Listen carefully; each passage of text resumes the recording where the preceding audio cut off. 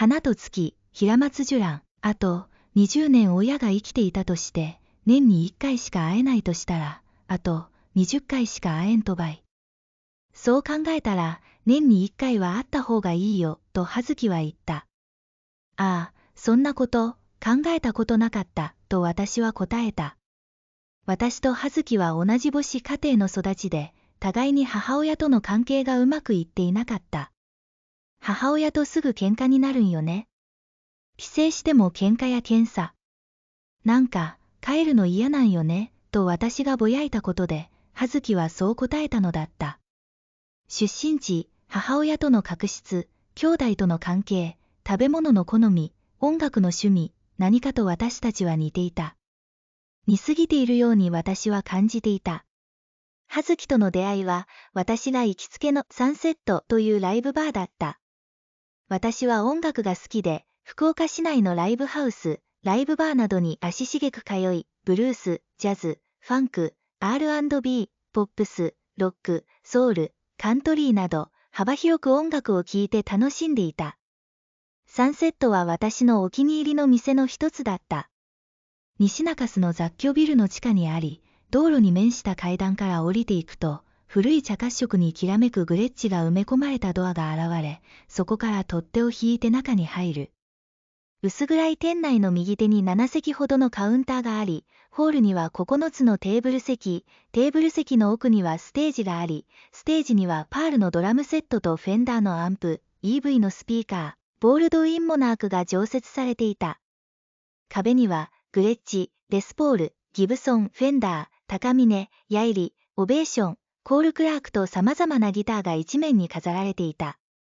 カウンターには、平日にはマスターが一人で立っていた。毎週、週末には何かしらのライブがあり、週末だけはアルバイトのバンドマンの若い男の子が2人入っていた。サンセットは、ブルース専門のライブハウスだったので、客の年齢層が高い。大抵の客は、30代後半から60代くらいまでの渋いおじさまが多いのだが、そんな中、いつも目立たない後ろの隅の方に立って、ステージを見つめている若い女性がいた。よくお見かけします。私は、その女性に声をかけた。え？ライブ音が騒々しく、私がかけた声が聞こえなかったのか、彼女は眉間にシワを寄せながら右耳を私の方へ突き出し、私に向かってそう言った。いつもお見かけします。好きなバンドが似てるみたい。私が彼女の耳元でそう言うと、ああ。というような顔をして、彼女は、そうですかと私に向かって大声を出した。急に知らない女から声をかけられて、どんな気分だっただろうか。変な女から声をかけられたな、と思ったに違いない。私も知らない女から急に声をかけられたら、同じように思うかもしれない。まあ、いいけど。私はさらに女性の耳元に顔を近づけて、一人ですかと聞いた。彼女は、はい、と答えた。私は、カウンターで飲みませんと彼女を誘った。彼女は少し戸惑ったような表情を見せたが、こっくりとうなずき、手招きする私の後をついてカウンターの方へ移動した。私、あなたのことよく見かけてて、いつか声かけてみようって思ってたんですよ、と私が言うと、ええ。そうだったんですね。ごめんなさい。私、気づいてなくて、と彼女は申し訳なさそうに言った。いや、いいんですいいんです。急に声かけられても戸惑っちゃいますよね。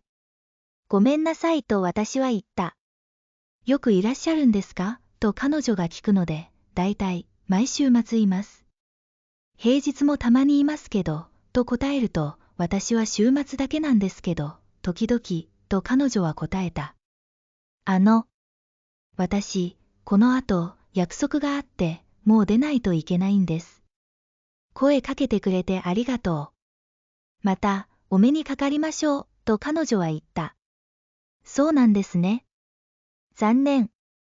今度、会った時はゆっくり飲みましょう、と言い、私は彼女を見送った。もしかしたら、約束なんてないのかもしれない。私と絡みたくなくて、手よく断られたかな、なんて思いながら私は残り少ないジャックロックライムを一気に飲み干した。これが葉月との出会いだった。